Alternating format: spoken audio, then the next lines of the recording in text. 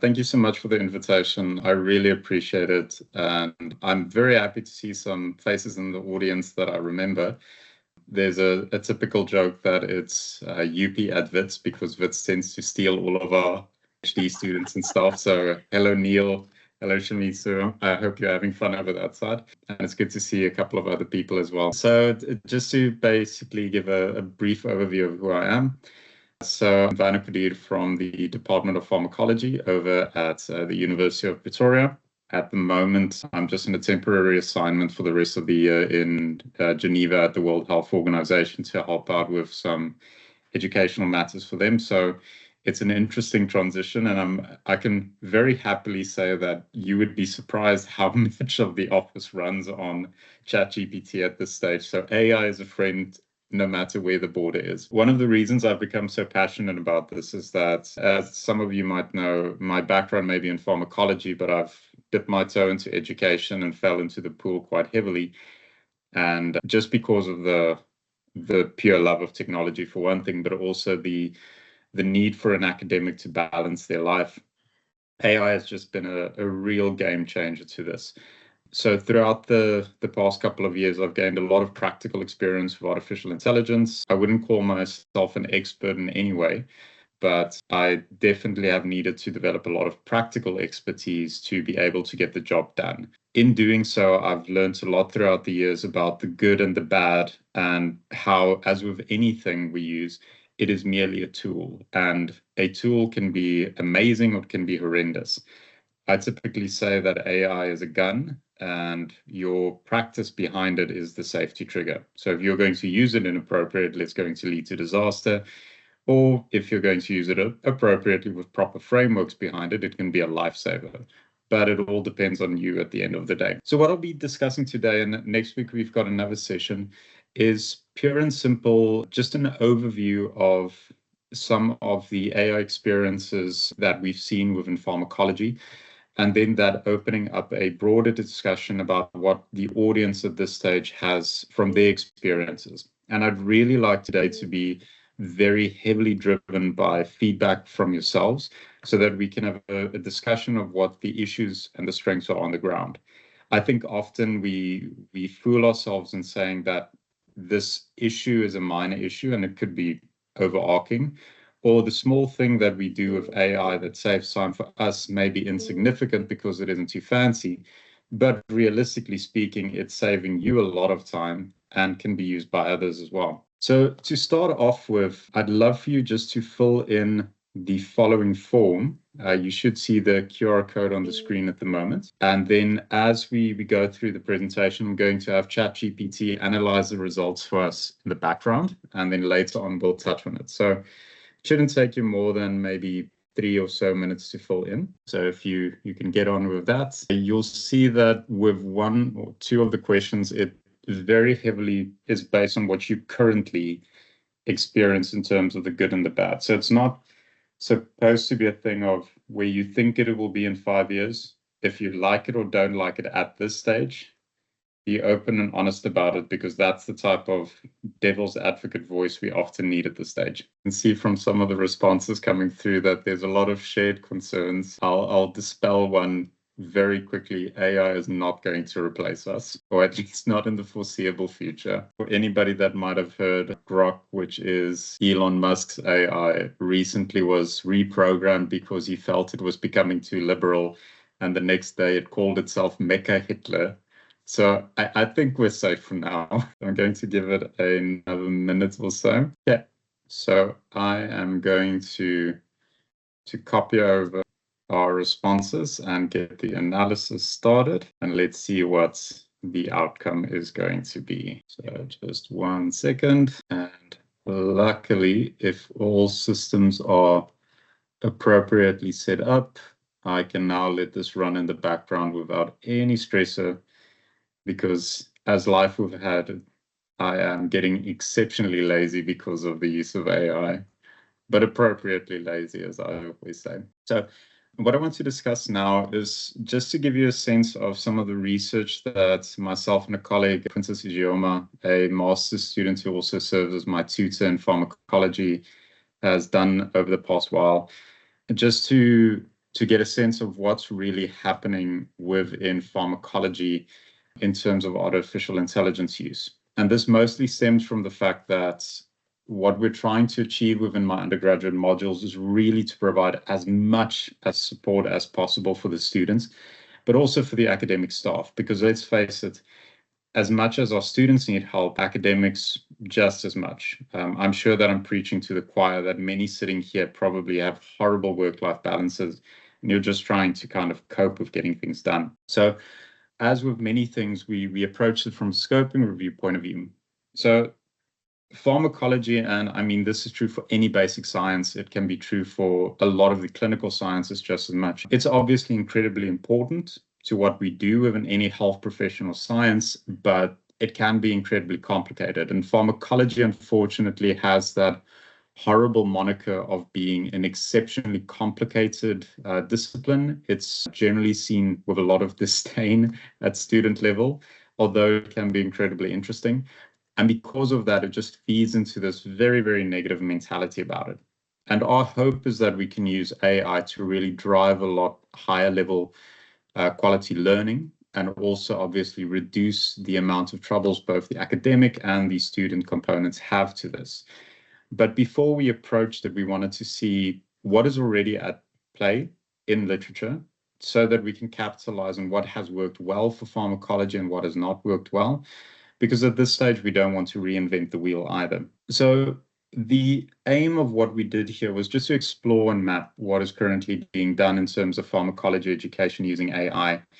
And I'm not going to focus too heavily on the background and stuff like that. I want to really delve into what the recommendations are that we came up with this. So we just approached a typical scoping review format, looking at very much artificial intelligence within pharmacology education for various health professions. But most important, we didn't just want to see, did people like AI? We wanted to see tangibly what can be done with it. So we really focused in on these tangible educational approaches to it. Now, as one would expect, there wasn't necessarily a massive amount of information that came through. We ultimately landed up in terms of eligible studies on about 17. And when we applied quality assessment checking on these, the kind of shame about it was that only 35% of these actually identified confounding factors. And anybody that's really delved into educational sciences knows that there's a massive amount of confounding factors that often complicates this discussion. So it was disconcerting to see that a lot is being published on this at ground level, but when we look at the interpretability thereof, it becomes incredibly complex. And I think that's where a lot of the issues with our use of AI currently is with. We're trying to play around a lot, but we're not doing so always with a full scientific method in the background so that we can really prove that what we're doing is worth the effort that it sometimes involves. So I'm not saying these studies weren't good. They were good in their own rights, but they unfortunately left a lot wanting in terms of whether or not we can prove that AI is really the best possible course of action here. Now, as expected, a lot of this research took place within the high-income countries, predominantly in America, and there was very little representation from anything considered a MIC or LIC. Now, one can argue that based on just general AI use, it doesn't matter if you're sitting in a high-income country or low-income country, ChatGPT remains ChatGPT, but all of the contextual elements surrounding that naturally becomes the big confounding factor that needs to be taken into consideration. So I think from an African perspective, this is really where we can shine a lot in terms of our research, is positioning the global South perspective or the African perspective in terms of what works for us and what doesn't work for us. Because we already have a lot of biases that come through of artificial intelligence. When we looked at the health professional focus areas, most of it was focused on medicine and surprisingly very little in pharmacy. One would assume it would be a little bit high traction with it. But then we also had some representation from dentistry and basic sciences. Now, naturally, there were subfields within this. For example, there were some surgical fields within medicine or maxillofacial facial surgery with dentistry, which does create a little bit of a stratified view towards it. Now, and this is once again kind of the concern for me, is that one would expect with education being a focal point here, there would be a lot more student involvement, but only 6 of these 17 studies actually had a student component.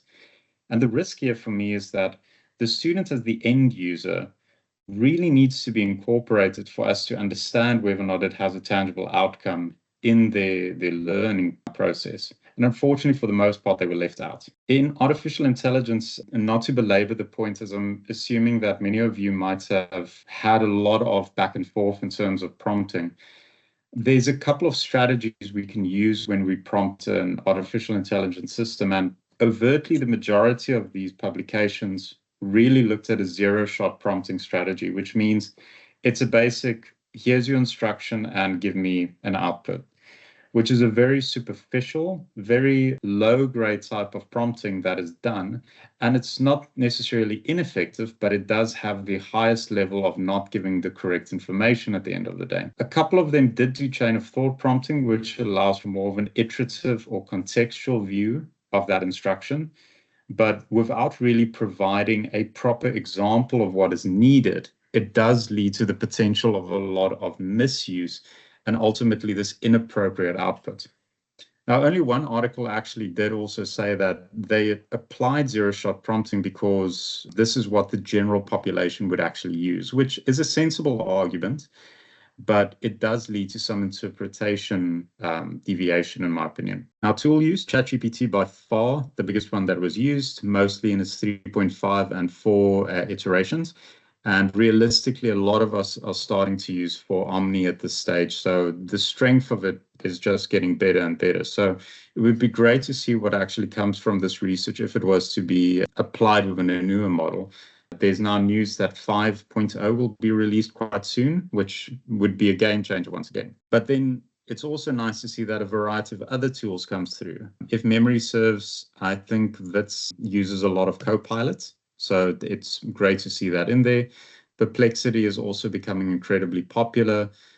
We have a couple of image generators and media generators, which also creates a nice diversity of what can be done. Now, the educational focus for pharmacology AI here was broadly in assessments and pedagogy, and we did have a little bit of representation outside of those fields. So to speak about curriculum design, and I know that Wits is also undergoing changes in their medical curriculum, so I'm assuming somebody somewhere has maybe played around with this because it is valid as long as it's vetted. But in some of the research, they've shown that AI can be used to help design specific learning outcomes at various levels of the curriculum.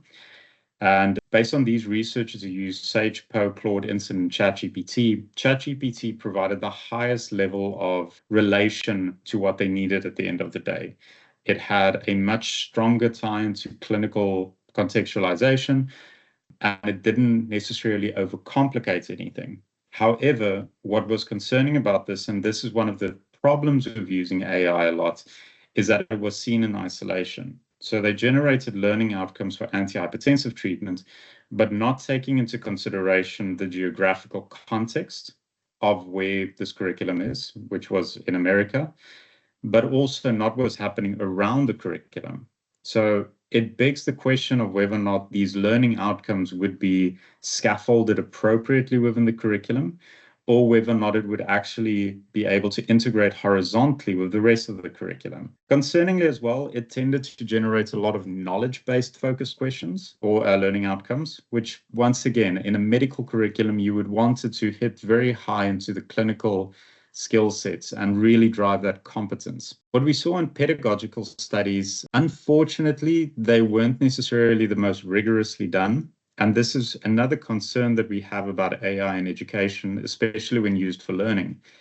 If you just provide your students with a blanket instruction of use ChatGPT to study, it doesn't mean you provide them with any orientation about how to do so effectively. I'm sure that many of you would agree that there is a science behind learning, and if approached inappropriately, it can be incredibly ineffective.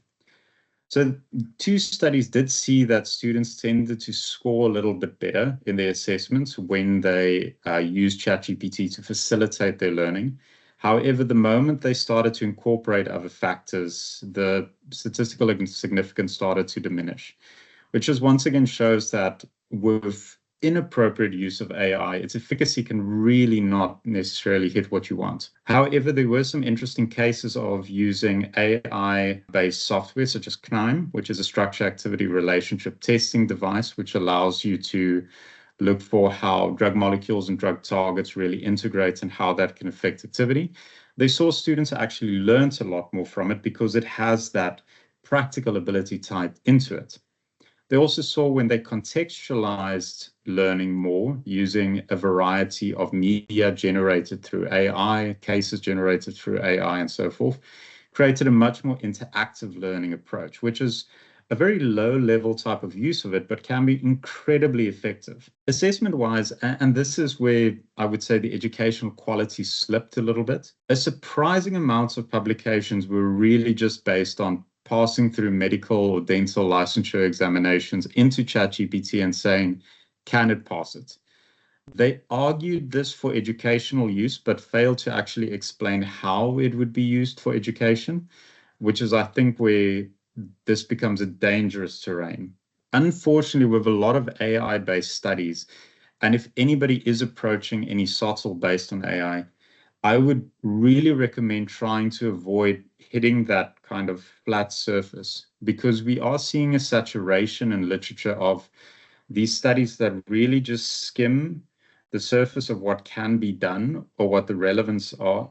So it does tell you it can do something, but it doesn't tell you whether or not it's rational or educationally sound or anything like that. So these studies, for example, showed that in various fields, it can either pass or fail these tests. Why wasn't always very clear. For example, sometimes they saw that contextualization, the prompting strategy, and the high-level models had a better ability to answer questions, while if it wasn't contextualized and it was kind of very inappropriate zero-shot prompting, it would typically struggle more.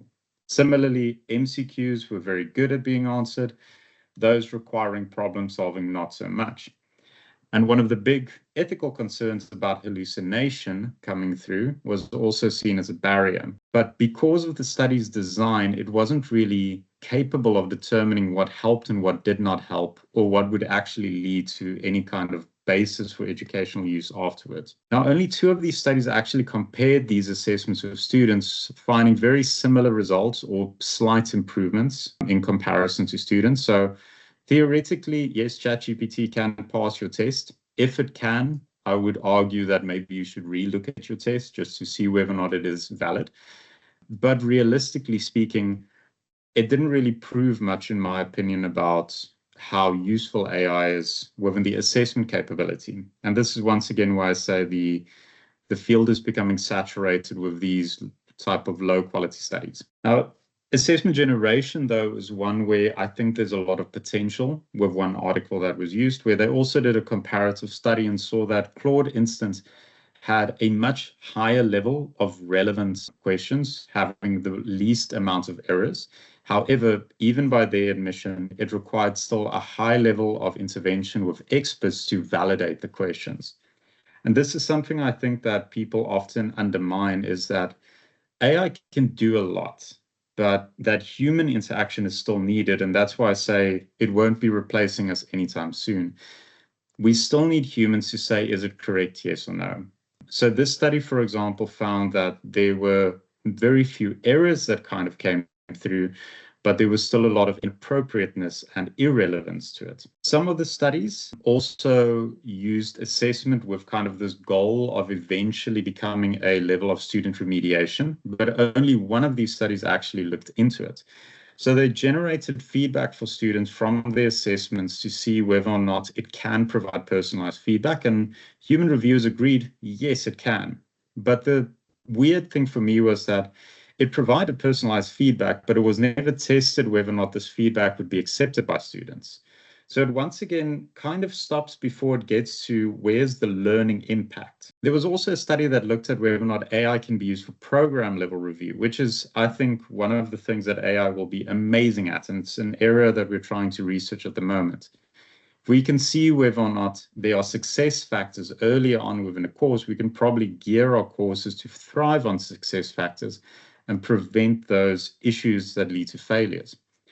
And although this one found that there was a link between pharmacology outcomes and clinical clerkship success, the concern for me is that it's always a case of the quality of the data. So if the data is skewed and irrelevant, it may be an association, but it may not be a causation, which ultimately means that you might be generating a lot of statistically sound evidence, but the relevance thereof might not be very high. Now, when all was said and done, and this is the crux of looking into the science of things and where the research will go, in my opinion, there's 6 prominent recommendations that I can make about using artificial intelligence in education. And the first one being prompt engineering. So at the technical level, we need to be using the most appropriate level of prompting to get the output we need.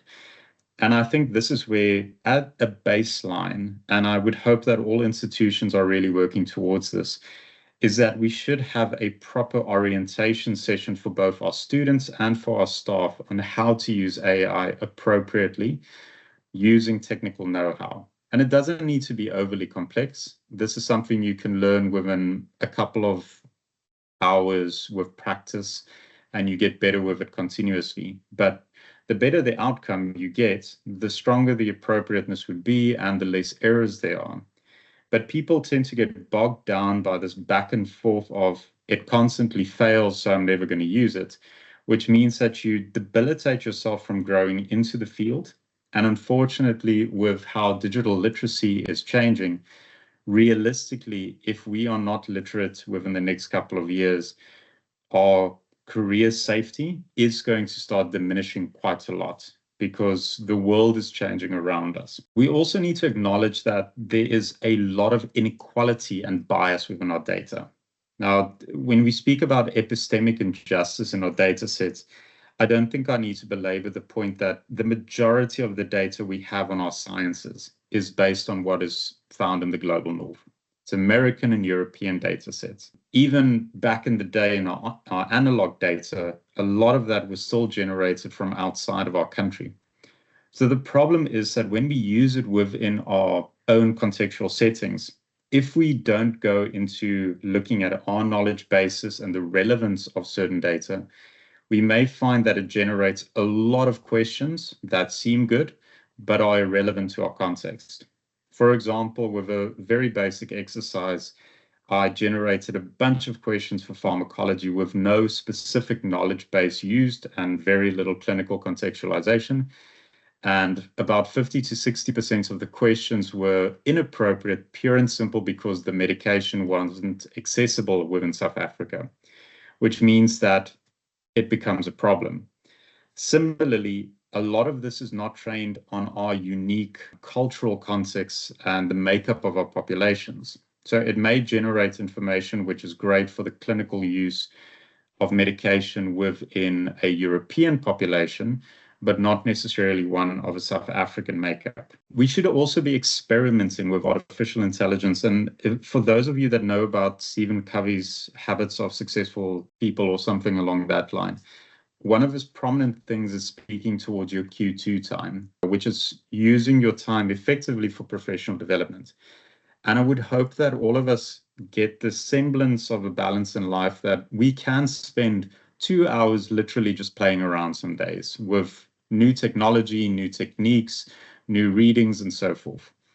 Some of the best days that I've had, and luckily with this transition, I've gotten a little bit better with my balance, is literally on the bus playing around in ChatGPT to see what I can do and cannot do. And I must say, it's been glorious for my own learning to see what can ChatGPT do versus Copilot versus Midjourney versus Perplexity and so forth, which allows you to also learn the strengths of each tool for different tasks. We also need to be looking at our contextual knowledge bases. So when using educational confines for artificial intelligence, whenever we design something, we need to really think about, are we using our module and program guides? So for example, at Wits, are you generating course content for a specific module in a specific program? Or are you generating content for a discipline within a profession, although that profession may have a little bit of a different makeup at another university? And that leads to a lot of misalignment to the end outcome. Similarly, if we're not using the National Qualifications Framework or SAQA to really align what we design to that, we also run the risk of not being constructively aligned at all times. Pharmacology, for example, looking at our essential medicines lists, our South African guidelines, and the scopes of practice of our practitioners is important because it changes the discussion to a degree. For example, at present, physiotherapists cannot prescribe within our country, but that is probably changing within the next 2 or so years. While in the United Kingdom, that is already a moot point, and there is that professionalization into that degree.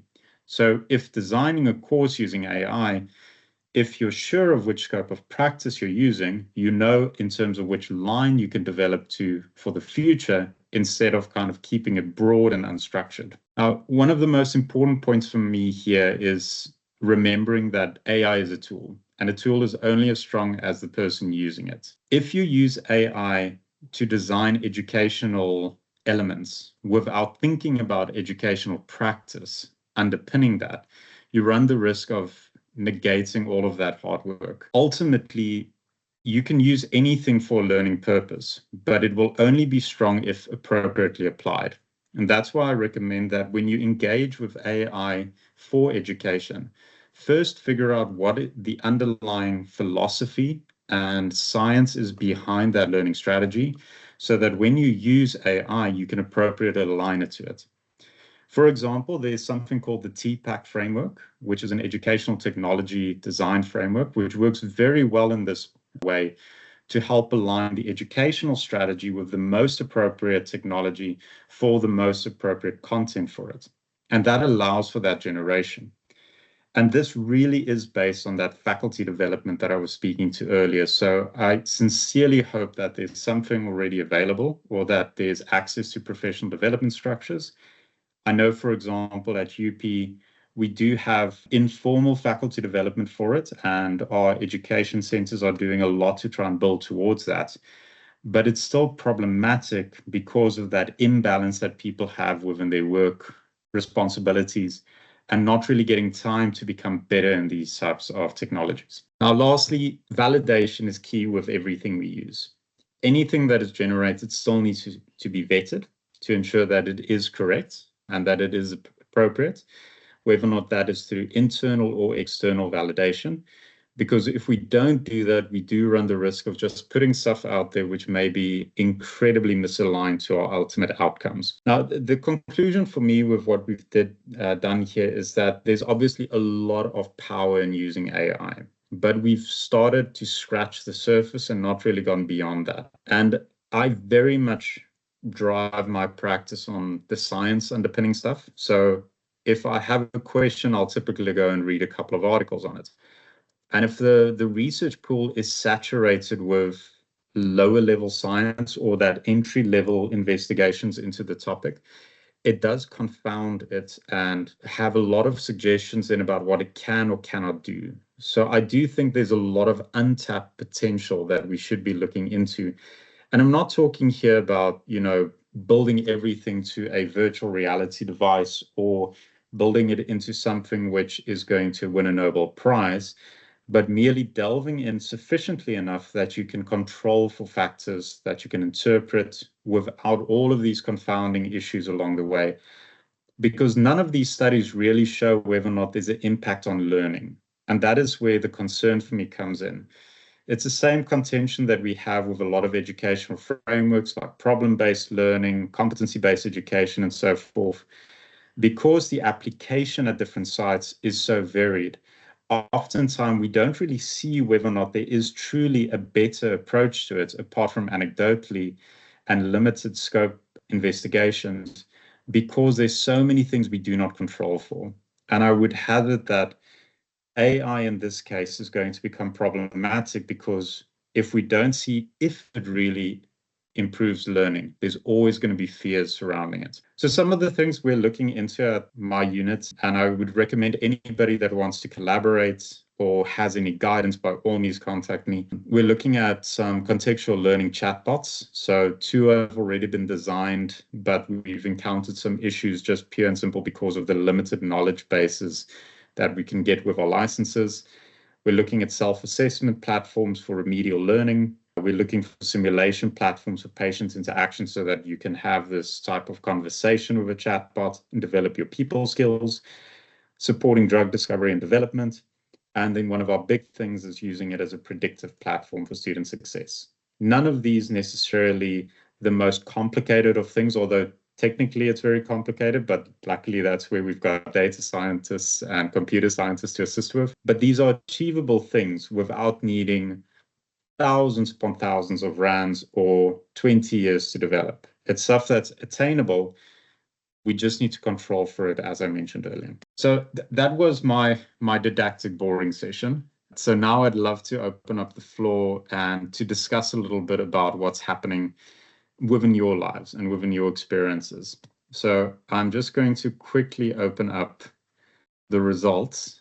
And based on what I see, the majority of people here are from medicine, basic sciences, and pharmacy, with some representation then from other types of disciplines. I see that the majority of you have used AI for idea generation, information summarization, assessment design. So I'm hoping there's vetting involved with that.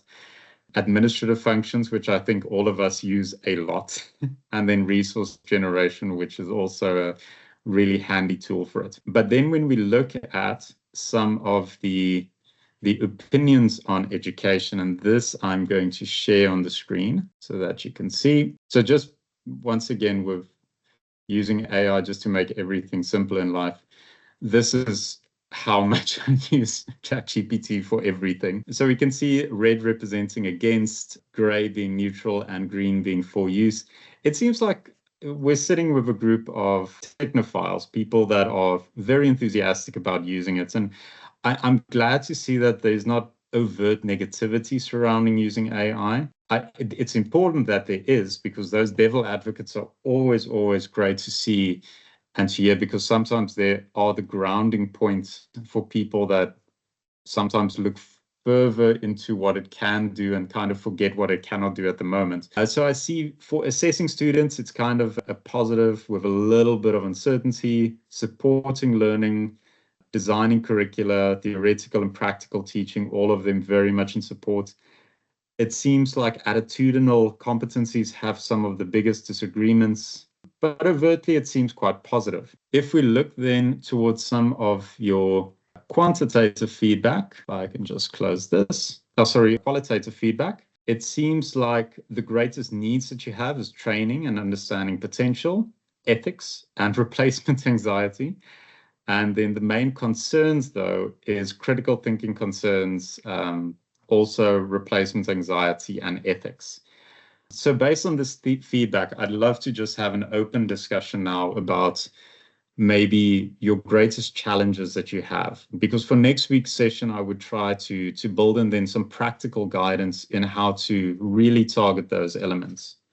So if I can maybe throw it out there, because critical thinking here was the main concern.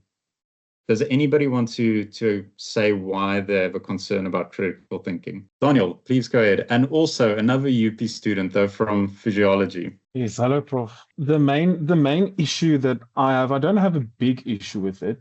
My biggest worry is just that students don't learn the skill of sifting through a lot of data, which Yes. I mean, I don't think it's necessarily the most important skill. I mean, I never had to go to the library and sift through physical journals. I just had to Google. But I'm just worried that they're not going to learn how to sift between what's useful and what's not useful. Very true. Can I ask if you can maybe just use the react button with a thumbs up or something? Anybody else share Daniel's concern here? I see Neil has, Robin has, Michael has, Nancy, Amanda, quite a few. So I share that concern to a high degree as well, I must say. I think, and I've acknowledged this myself, I am not going to spend a lot of time reading up stuff that is kind of low impact, in my opinion, when I can just ask ChatGPT. For example, I'm sitting in a French-speaking country. I have tried Duolingo. It did not go well. In a pinch, I ChatGPT, how do I pronounce this word? It works on the spot. It's not making me a better French speaker or anything like that, but it works. But it's debilitated me from actually trying to learn it appropriately and becoming fluent. So that is a true concern with real impacts and so forth. But I think what we need to distinguish here is, what is AI doing in terms of how we're applying it within the classroom versus what it can do when applied correctly within the classroom. And this is where I think everybody needs to understand appropriate and ethical use. I've seen a lot of students using ChatGPT inappropriately, and it will never make them more critical thinking students because they're really just grabbing information and not thinking about stuff. But think about designing a Socratic feedback system where instead of you constantly getting an answer, you just get questions. So you're applying that modality within your classroom environment where you continuously throw back the question into the student's face to say, you're asking why this specific clinical procedure is the best thing to use here for a patient that's morbidly obese. Why do you think that is? Instead of Googling or using ChatGPT to ask, why is it? Have them use that to design a clinical scenario, to understand the various pathways involved with it, so that they can start logically deducing up to that critical clinical decision-making point. But that is that distinction, that appropriate use. So I fully agree with you. There should be a lot of concern about what it's doing to learning impact.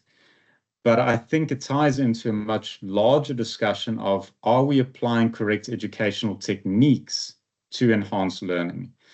Because we can argue that it's the same discussion as lecturers that may give a lot of information to students. Here's all the lecture notes. You don't need to go and read the textbook. Because of that, you're also kind of just providing stuff to them. So I hope you kind of see the distinction for me in terms of this concept. Anybody have a counterpoint to that? Yes. Sorry. So no, I agree with what you're saying. I like I said, I don't think it's necessarily the biggest issue that I have. I'm just worried that it is going to make students a bit more lazy.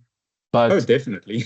I do also think that a positive of it is going to force students also to be a lot more absorptive of the information that they are getting, because I think it will. I mean, the way that I studied when I was a student is I kept on Googling something if I didn't fully understand what something meant, or if the textbook wasn't very great. So that did take me on tangents and made my study time a lot longer. But I feel like that helped me quite a lot in learning. So it might also assist them quite a lot more in terms of absorbing a lot more information, and also maybe clarifying a few concepts a bit better, because sometimes we do have a bit of a blindness in how to clarify a concept for a student, and ChatGPT is a bit better. True, but I think that's the important thing here is it's about, once again, how you're going to be using it. And what you've suggested now about using it for clarification, using it to understand certain concepts, all of those are very valid. And we can apply that within our classroom settings to do so. And I would say that if there isn't real instructions at this stage or orientation, have this discussion with your students at the get-go, even if it's through a 10-minute video that you pre-record or anything like that, detailing how you advise them, if they use AI, to use it appropriately. Because you're entirely correct. The risk is there because it's fully accessible that people are using it inappropriately and it's leading to horrible, horrible things. If we just think about the impact that it has on research, it hallucinates. I mean, we've got healthcare reports in America that have hallucinated articles in it. So it shows you there is a massive impact and a lot of issues within the healthcare sector about it. It all boils down to training people to use it appropriately. And that is often the issue, is that there's always a user behind it. Does anybody else have a concern here about that critical thinking impact? Brunel. Hi, Prof. Thank you so much for the presentation today. It really gives food for thought. My question is around the ethical use of AI. You know, with students using AI to take notes within lectures? Do you have some way in which you're dealing with it currently? Is it a disclaimer that lecturers should use upfront, like you were saying? Your guidance would be appreciated. I think that this is where it's a real gray area, and I assume Wits has a policy on AI use at this stage in terms of students and staff. I know many of them are working documents or kind of fluid documents, but I would say as starting point, always refer to what is the regulation of your university. And then if there's room to kind of have personalization thereof, lay down your rules. So as much as I want to say that you can be very free-flowing with AI use, you can be very strict or you can be very open. It's important for that classroom to have rules of engagement. So if, for example, you're not comfortable with students using AI to summarize notes, for example, or get transcriptions and summarize it for them or anything like that, be upfront with them from the start, because it creates a trusting environment.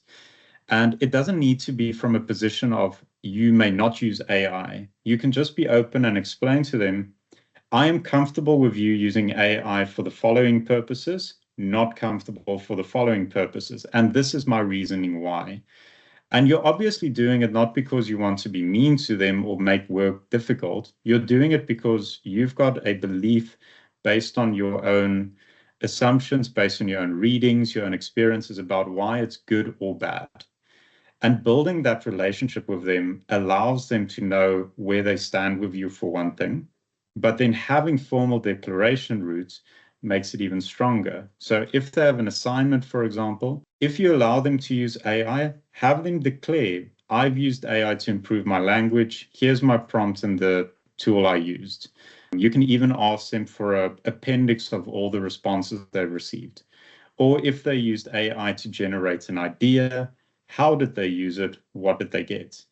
And by declaring that, it creates a openness. It does create maybe a little bit more work, but at least then there's evidence so that if something happens, you don't fall back on assumptions which can debilitate that circumstance. We're sitting with a case at my faculty at the moment where a student has been flagged for AI use. Student very adamantly has said, I have not. Lecturer says, you have. And it's difficult to prove because AI detection tools are flawed. Now you have to go based on two parties and just what they voice. And that creates a very prime conflict arena. I hope that's kind of clarified at least my position on it. Absolutely. Thanks, Prof. The big thing with AI, once again, I think everybody's still in a learning phase with their own assumptions, their own expectations, and that open discussion is important. Robin. Thanks so much for sharing your knowledge. Could I ask you something more practical? So I'm in human genetics, and our postgraduate students, a big part of what I think we need to teach them is how to write science. So traditionally, we've approached that with the write essays, etc. kind of approach. But now you can use AI to write that very same essay. And actually, it usually does an outstanding job. Yeah. So, I mean, yes, it's not going away. How can we use it? But maybe can you just say, like, really practically, what sort of activities can we now design for students using AI, but that will still teach them the skill of scientific writing? Yeah, an incredibly good question, because I think this is something that a lot of us in the postgraduate space probably has the most fears about. I have seen students who have used it for scientific writing with the typical things of references that don't exist to part of their text is horrendous to suddenly it's amazing. It's a lot of words, none of it makes sense, but it's written incredibly well.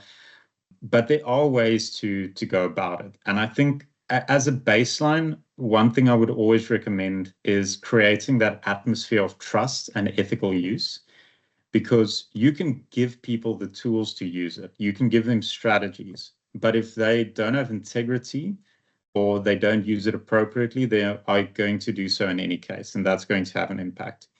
So if, for example, you have postgraduate students you're going to be doing this with, initially, I would say have the discussion of the risk involved by just undermining that learning experience of writing, and then what is the potential repercussions thereof.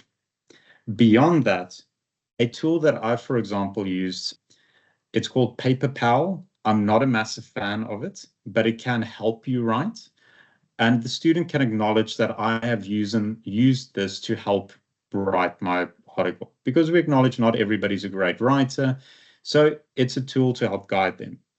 What I personally believe in a little bit more, which still places the responsibility into the student's hand, is I tell them, write this first page or this first paragraph or two on your own and ensure that you try your best. Don't use AI, nothing of the sort.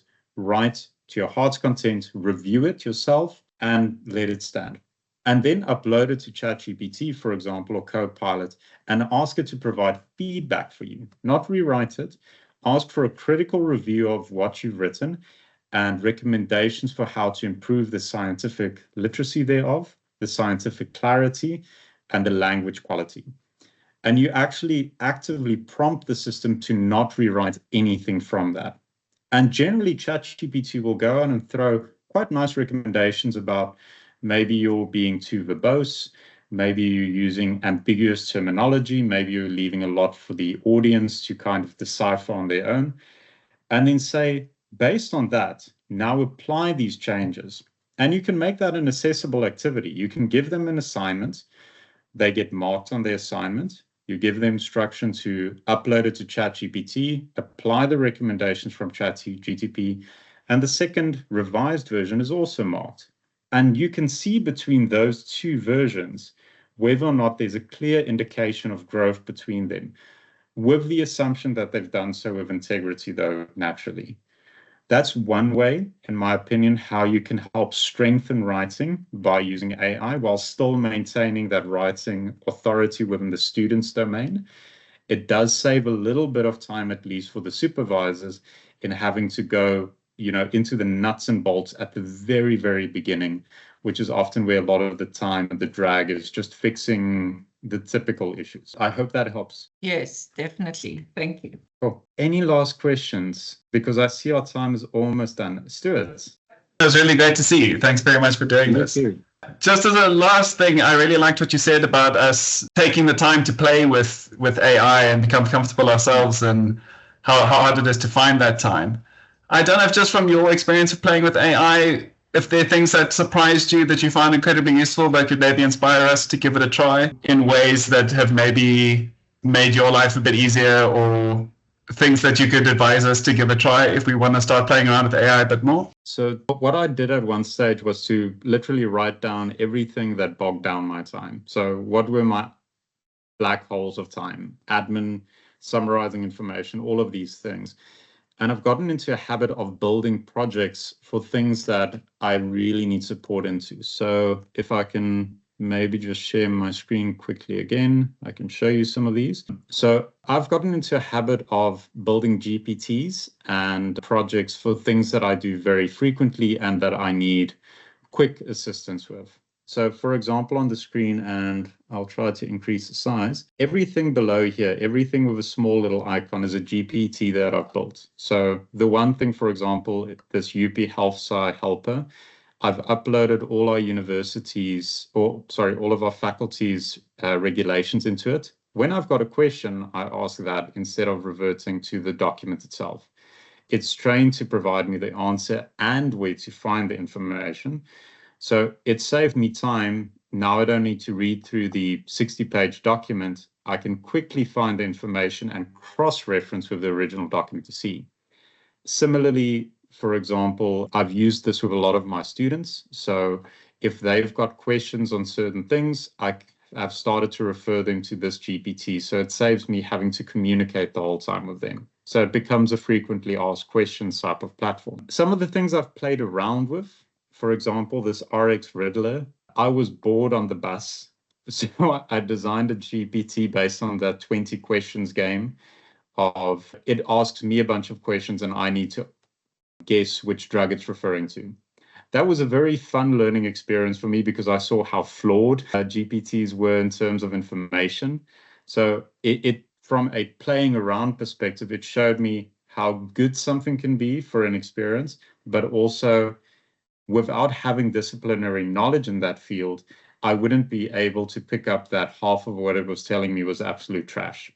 So just reaffirm that point that play around, but always vet. I've also then started to play around a lot just in terms of what can I plug into it to analyze for me. So for example, this form that I asked everybody to fill in at the start of the session, I have a preconceived instruction for my project. I've literally just typed analyze the spreadsheet. It knows which columns are which, what type of output I want at the end of the day. So within a matter of a minute, I had all of the information that I needed to be able to run the session. So you can imagine, for example, if you're sitting in a class with 300 students, the typical thing is I can't really do diagnostic assessment with them beyond maybe a couple of typical MCQ questions because it's impossible to analyze qualitative feedback. You can ask the GPT to do that for you. And in doing so, it can enhance what you do within class while saving time. And this I found out by playing around because I was in a pinch and I needed something to do my work for me very quickly. Similarly, playing around, when I transitioned over to the WHO, I was handed a packet of probably 8 different documents ranging from 5 to 50 pages with highfalutin English that is not used anywhere else apart from formal documents. And by playing around, I found a way to get me all the information, all the questions I need to ask without having to bog myself down with just reading continuously. I can always cross-reference based on how the GPT is trained, but it's helped save a lot of time. And all of this was based on playing around, plugging in information that isn't sensitive, that is open source, so that I can see what can I do and what can I not do, what can I improve, what can I not improve. No, sorry, that was accidental. Yeah, that was accidental. Thanks. I just wanted to see the chat. Thank you. But thanks for the presentation. It was good to listen to you. 100%. So maybe to end off, because I don't want to use any of your more time, I'm going to look at the feedback again in a bit more detail. And for next week, I'll show you a little bit more hands-on some of the practical things you can do, really focusing maybe on how to improve writing, maybe some guidelines in terms of the ethical underpinnings that are a little bit stressful for us all, some of the ways you can build in some critical thinking platforms, and just fun little things you can do. The big thing is that I just want to emphasize here is the one educational philosophy underpins all. You can design an incredible learning activity if you use the correct education behind it. And secondly, you are not going to destroy the world if you play around on an AI system. I know people are very scared of technology at times, and there's a lot of concern about what's being uploaded onto AI. If you upload blinded stuff, dummy data sets, whatever the case may be, you can play around, and if it fails, it fails. But at least you know then what has failed and what you can do and how to improve of it. The best possible way that an academic, in my opinion, can learn is just to fail forward, as they say, because then you see what you're capable of. Thanks, Prof. You really gave us food for thought today and practical examples of how we can start using generative AI and the benefits of using it in health sciences particularly. We look forward to you delving and unpacking those concepts even further next week, and we really appreciate you sharing your knowledge today. Awesome. It was a pleasure, and thank you very much for the invitation. It was lovely seeing all of familiar names and faces, and I really miss South Africa, and I miss Sai so much, but hopefully it'll all be back soon. All the best. Bye-bye. Bye-bye. Thanks, Werner. Take care.